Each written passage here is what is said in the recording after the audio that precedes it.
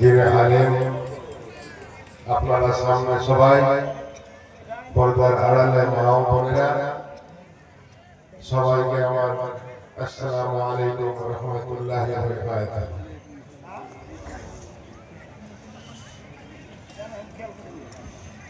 মসজিদের তাবিব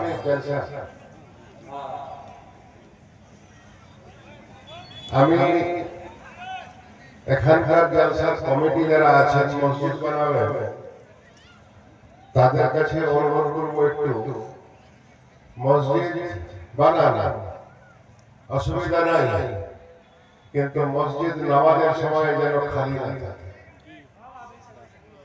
কারণ বড় বড় মসজিদ দেখেছি আপনাদের দোয়ায় ভারতবর্ষের 8-10টা স্টেটে আমি ঘুরি, কিন্তু কিছু কিছু জায়গায় দেখি যেখানে ইমানদার নামাজি লোক আছে, মসজিদ দেখতেও ভালো লাগে, মসজিদে গিয়ে নামাজ পড়তেও ভালো লাগে। কিন্তু কোন কোন জায়গায় দেখেছি মসজিদ অনেক লম্বা চওড়া, এসি সবকিছু রাখা আছে, কিন্তু মসজিদের মধ্যে নামাজি লোক ইমাম আর মুয়াজ্জিন ছাড়া কিন্তু আর কেউ নাই। এটাও দেখেছি। ফলে মসজিদ যারা করবেন বা করছেন এটা ভালো জিনিস, উৎসাহ। পৃথিবীর মধ্যে সবথেকে পবিত্রতম উচ্চতম জিনিস হচ্ছে সেটা হলো মসজিদ, আর নির্দিষ্ট জায়গা হচ্ছে বাজার। কিন্তু আমরা মসজিদ বা মাদ্রাসা যেখানে করার জন্য জলসা করি, কিছু আদায় কিছু চাঁদা সবার একার পক্ষে সম্ভব হয় না, সবাই মিলে করি। তার জন্য জলসাকে উপলক্ষ রেখে কিছু চাঁদা তোলার চেষ্টা করি। মৌলভী এবং মৌলানা সাহেব যারা আসে তারা হাদিস এবং কোরআন নিয়ে আলোচনা করেন। দুঃখের বিষয়, যতক্ষণ মৌলানা সাহেবেরা এখানে তাকরীর করছেন ততক্ষণ হয়তো আমার মধ্যে কিছুটা ইমান আসছে, এরা তাকরীর শেষ করলো, আমি যে জায়গায় ছিলাম সেই জায়গায় আবার পৌঁছে। ফলে আজকে আমি বেশি আপনাদের সামনে বলবো না, এদের সামনে